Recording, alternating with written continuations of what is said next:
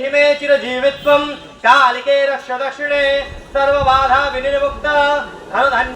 শান্তিনিকেতনে বেড়াতে গেলে কঙ্কালীতলা মন্দিরে যায়নি বা পুজো দেয়নি এমন মানুষ খুব কম মিলবে। পর্যটকদের কাছে জনপ্রিয় তো বটেই, এই শক্তিপীঠ স্থানীয়দের কাছে অত্যন্ত প্রসিদ্ধ।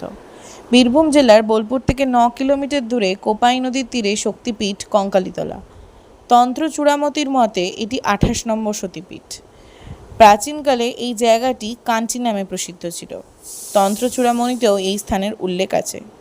পীঠ নির্ণয়তন্ত্র অনুসারে এখানে সতীর অস্থি পড়েছিল, সেই কারণেই পীঠের নাম কঙ্কালীতলা।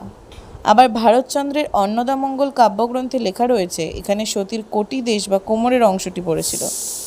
তবে এই শক্তিপীঠ নিয়ে শাস্ত্র ও মানুষদের মধ্যে মতানৈক্য আছে। এই শক্তিপীঠে দেবী গর্ভা দেবী নামে প্রসিদ্ধ ও ভৈরব রুরু নামে পূজিত হয়। দেবীর মন্দির সংলগ্ন একটি কুণ্ডও রয়েছে, যা নাকি এটির সঙ্গে বহু মাহাত্ম্য লুকিয়ে আছে।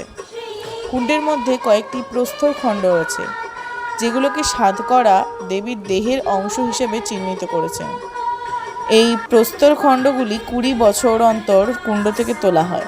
পরে পুজোর পর সেগুলোকে পুনরায় কুণ্ডের জলে ডুবিয়ে দেওয়া হয়।